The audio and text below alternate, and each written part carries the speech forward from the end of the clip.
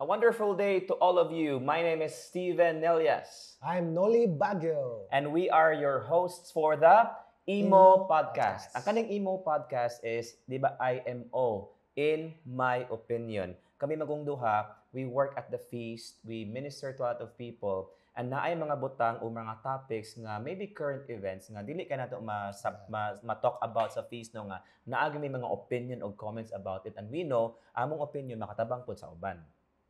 So kung ganahan mo, Ana, if you want to know our opinion, we also want to know your opinion. And this podcast is actually monthly. We want to journey with you with whatever topic or trending thing going on in the internet, in life nowadays. So journey with us. And of course, in the course of our kanang pag-podcast today, kay importante jud kayo nga mo-comment gyud mo, nya i-share po ninyo.